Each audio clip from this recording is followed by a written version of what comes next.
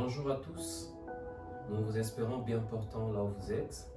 Nous vous disons la bienvenue dans ce programme, un livre, une édification, un programme qui vous présente des livres chrétiens pour votre édification.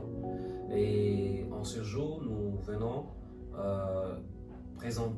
parler du livre Instruments du changement, comme vous pouvez le voir ici avec moi. Un livre, un instrument du changement, qui est un livre écrit par Alain Kassavouli et qui a été préfacé par le pasteur Camille Toto. Un livre qui contient 133 pages, c'est un grand livre, et qui contient 12 chapitres. Et tout au long de cette semaine, nous allons essayer de parler de ces livres pour votre édification. Alors, nous vous demanderons chaque jour de ne pas rater ces programmes parce que nous vous apportons des nouvelles choses pour votre édification. Alors, aujourd'hui, nous allons parler de l'introduction et du premier chapitre de ces livres. En l'introduction, l'auteur du livre Instruments du changement est en train de nous parler du but du travail. Pour l'auteur de ces livres, le travail a été donné à l'homme dans le but d'apporter un plus à l'environnement où Dieu le place. Remarquez que pour l'auteur, quand Dieu plaça Adam et Ève dans le jardin d'Éden, il avait déjà mis tout ce qu'il faut pour leur servir. Et donc, le travail n'était pas d'abord donné pour que l'homme trouve son pain, pour que l'homme gagne de quoi manger, pour que l'homme trouve de quoi vivre, parce que Dieu avait déjà donné tout cela à l'homme, mais il lui a donné le travail. Et en introduction, l'auteur nous parle aussi de 3 types de travail que nous trouvons dans la Bible, dans Genèse chapitre 2. Il parle du travail manuel ou du travail physique, il parle du travail intellectuel, il parle du travail gestionnaire. Voilà les 3 types de travail que l'auteur de ces livres nous présente en introduction de son livre.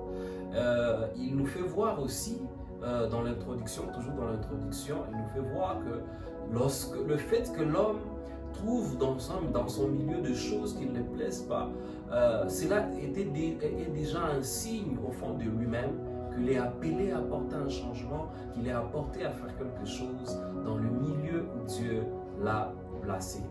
Après cette brève introduction de ces livres, parlons maintenant du premier chapitre où l'auteur nous présente 5 personnages bibliques comme des instruments des changements que Dieu a utilisés. Et le titre de ce chapitre est « Instruments entre les mains de Dieu ». Alors, ces 5 personnages, il s'agit d'Abraham, Moïse, David, Jésus-Christ et Paul. Voilà les 5 personnages dont nous allons essayer rapidement de parler pour votre édification, bien sûr. Alors, parlons d'Abraham. Il le présente comme l'instrument mis à part. Et la leçon principale par rapport à Abraham, il dit il est impossible d'être un instrument entre les mains de Dieu sans accepter d'être mis à part par Dieu. Parce que Dieu ne travaille qu'avec les gens qui lui appartiennent, les gens qui sont totalement en lui. Et parlant de Moïse, il est présente comme l'instrument de délivrance. Et une leçon importante qu'il nous donne que l'auteur nous donne par rapport à Moïse, il montre que les armes de la mission dépendent de celui qui nous appelle à la mission. Les instruments dont nous aurons besoin, l'équipement dont nous aurons besoin en tant qu'instrument du changement dépend de celui qui nous appelle. Vous voyez, vous vous souvenez dans la Bible, souvenez-vous dans la Bible que Moïse n'avait que un bâton, mais c'est avec ce bâton qu'il a accompli de grandes choses avec Dieu. Et Dieu pouvait lui donner autre chose, quelque chose de meilleur, mais parce qu'il est celui qui choisit les instruments, l'équipement, ce qu'il faut, il lui a utilisé simplement avec un bâton. Parlant de David, l'auteur parle de David comme l'instrument selon le cœur de Dieu. Voilà, qui pouvait donner à David la chance d'être un instrument entre les mains de Dieu, qui pouvait penser que David pouvait être quelqu'un que Dieu pouvait utiliser puissamment. Remarquez que même, souvenez-vous que même dans sa propre famille, on l'a oublié lorsqu'il fallait chercher un roi. Mais c'est lui que Dieu a choisi à cause du cœur de David. Le cœur de David a fait de lui cet instrument que Dieu a utilisé. Et une leçon que l'auteur nous donne, parlant de David, il dit le cœur de l'instrument fera de lui une personne de choix pour que Dieu commence à l'utiliser dans une mission de changement. Et la quatrième personne, parlant de Jésus-Christ, il l'appelle l'instrument par excellence. L'instrument par excellence parce qu'il est le modèle parfait. Il est celui qui a accepté de prendre notre place afin de nous prendre de là où nous étions perdus pour nous amener dans son royaume.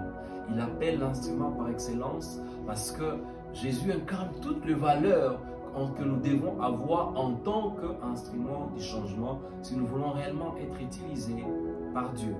Et enfin, il parle de Paul qu'il qualifie, qu'il appelle instrument malgré tout parce que Paul avait un passé, un background qui en principe ne pouvait pas faire que Dieu l'utilise, mais Dieu l'a utilisé le jour où Paul a accepté de renoncer à cette vie afin de se tourner vers Dieu. Alors je pense que Dieu, j'aimerais t'encourager et te dire que Dieu peut aussi t'utiliser en tant qu'instrument si tu acceptes de renoncer, peu importe ton passé, Dieu a un plan. Ton passé n'a pas précédé le plan de Dieu pour ta vie. Alors Dieu peut t'utiliser. Merci beaucoup pour cette brève présentation de ce premier chapitre et nous espérons encore nous retrouver prochainement pour la suite de ces livres. Merci beaucoup.